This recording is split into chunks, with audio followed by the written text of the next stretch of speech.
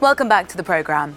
Iran has doubled down on its threat to accelerate its nuclear programme. President Hassan Rouhani has said he wants Europe to come up with a solution for the country to sell its oil abroad in the face of increasing US sanctions.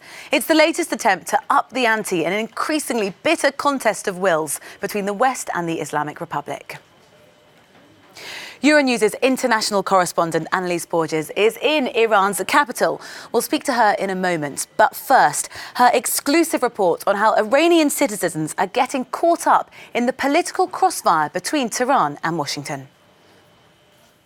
The news that Iran would further retreat from the nuclear deal didn't exactly shock Iranians in Tehran, who said they expected things to escalate. When they don't keep their promises, we shouldn't trust them or follow them. We must focus on what we have to do. This is just a political game they are playing for their own sake. They are the West, and the game, a dangerous gamble that some here fear could backfire. I think that stubbornness is taking a lead, and if there were friendly manners, it could be way better. What do you think is going to happen next?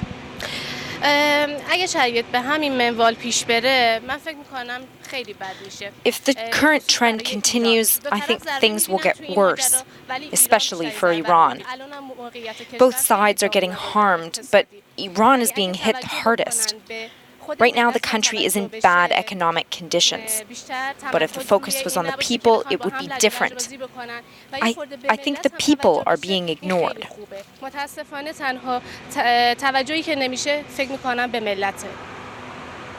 Ordinary Iranians may not have been surprised by Tehran's announcement of new measures that scale back its nuclear deal commitments. But for the rest of the world, it's a different story. And the question on virtually everyone's minds now is, what will Iran do next? We went looking for the answer, which Hossein Nagavi Hosseini says is clear.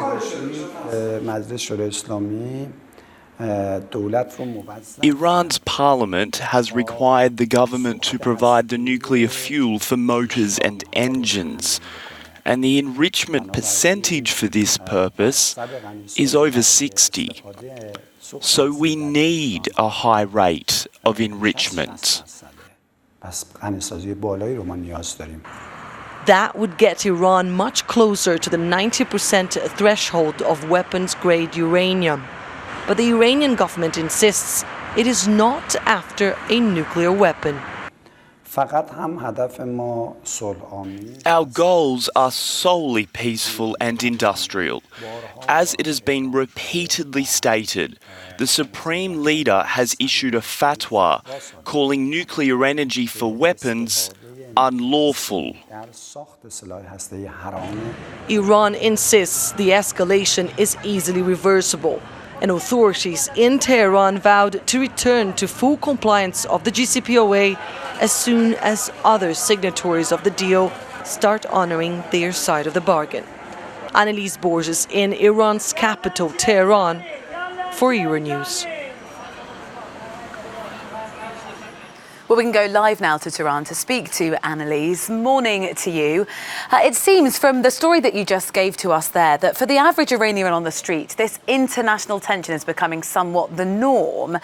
Is there a sense, though, that these renewed American sanctions are really starting to bite, though? Good morning, Rosie. Well, you are absolutely right. International tensions are slowly becoming part of the norm here in Iran, and US sanctions are certainly part of everyone's realities. They do hurt.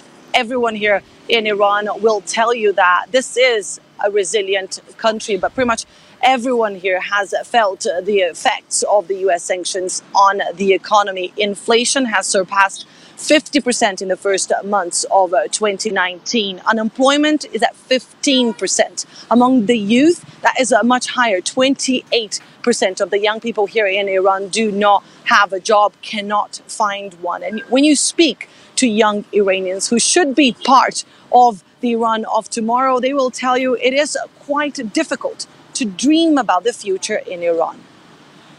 Now you can wake up in Iran and live a full and happy life and go to bed very happy if you don't know what you are missing, if you are not catching your big dreams, because this is not the country of dreams. This is a country of a happy life if you are an average person with average dreams. But when you go and see what are you missing, you can't just tolerate it anymore. I want to be happy in my future. I don't sit here. I want to move away, move out from Iran. I want to go to US, United States, because all of my friends, my family, they've been telling me that there's no future for you here because there are people in your age.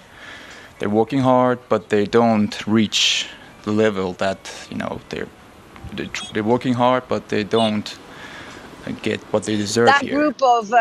That group of 6 university students and university graduates might be a small group, but it is quite representative of the wider community of young people here in Iran. Pretty much everyone knows someone who has left or is willing to leave, planning to leave. And while they say they would like to be part of Iran's future, help shape and build the Iran of tomorrow, they say that today they might be forced to try their luck elsewhere.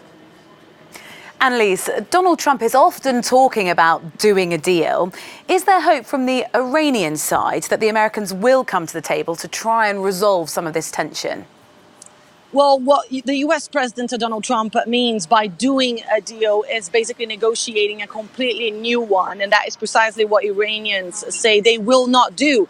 Iran says they have a deal, the JCPOA, that was negotiated over a period of 20 months, signed in 2015, a landmark agreement that was based on, quote, mutual distrust. It contains all possible scenarios, and it is, for Iranians, the best possible deal. A deal that Iran says will start complying once again as soon as Europe and other signatories start honoring their side of the bargain, according to Iran. Now, the question is, how far will Tehran take this tactics of reversible escalation? How far is Tehran willing to go? Today is D-Day, the day that this new set of measures, the so-called third step, will start being implemented.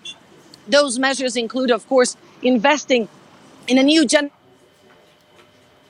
of futures, as well as furthering uranium enrichment. Iran is now saying it could go up to 60% of uranium enrichment. That is a level that is far beyond the 3.6% threshold that Iran had agreed upon under the JCPOA. So many questions remain as to what will be Europe's reaction to Iran's new set of measures, what will be the US reaction. For now, at least, the feeling that we have here in Iran is that Tehran is going to stick to its guns for at least now, and will wait to see what its partners do next in order to salvage the JCPOA. Tehran insists it will be the last one to leave the landmark 2015 nuclear deal.